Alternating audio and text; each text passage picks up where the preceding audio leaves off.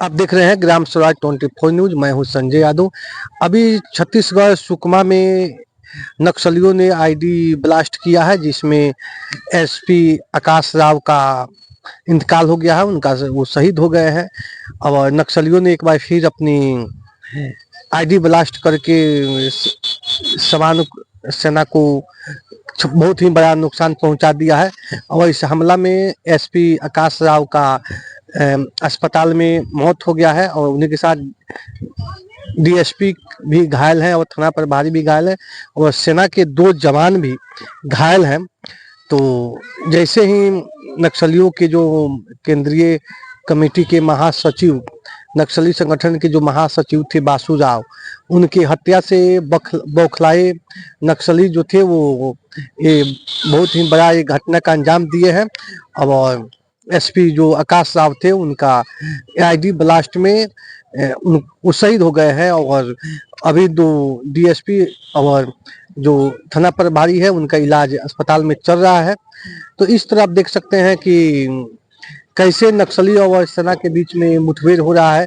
इसके पहले भी नक्सली जो थे वो घोषणा पत्र अपना जारी किए थे, जिसमें वो बोल रहे थे कि बासो राजू की जो शहादत है उसको भुलाया नहीं जा सकता है।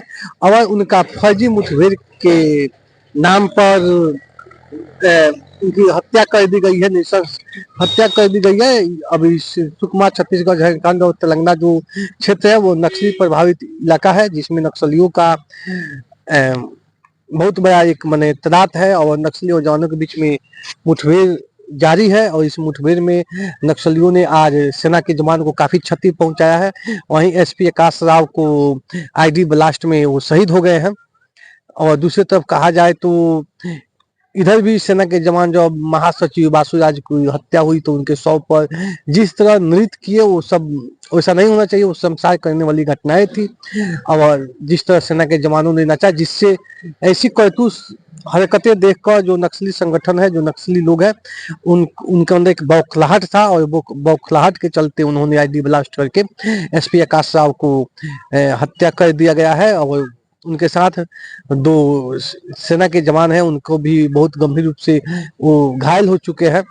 इस तरह नक्सलियों का जो करतूत है वो देखने को मिला है। वहीं नक्सलियों ने छत्तीसगढ़ बस्तर को बंद करने के 10 तारीख को बंद करने के लिए आह्वान किया था। उसमें वो बस्तर को बंद करने के लिए वो लोग आह्वान किए थे, जिसमें सेना के जो जवान थे, एसपी थे, वो बराबर गश्त कर रहे थे। और जो नक्सलियों का बस्तर बंद करने का ऐलान था उसको नाकाम करने के प्रयास में सेना के जवान और एसपी गश्त कर रहे थे। इसी को लाभ उठाकर जो नक्सली हैं उन्होंने आईडी लगाकर, आईडी को ब्लास्ट करके एसपी आकाश राव और थाना को शहीद कर दिया और हत्या कर दिया। और जो थाना प्रभारी है और जो सेना के जवान है 2, उनको रेफर किया गया है अभी अस्पताल में।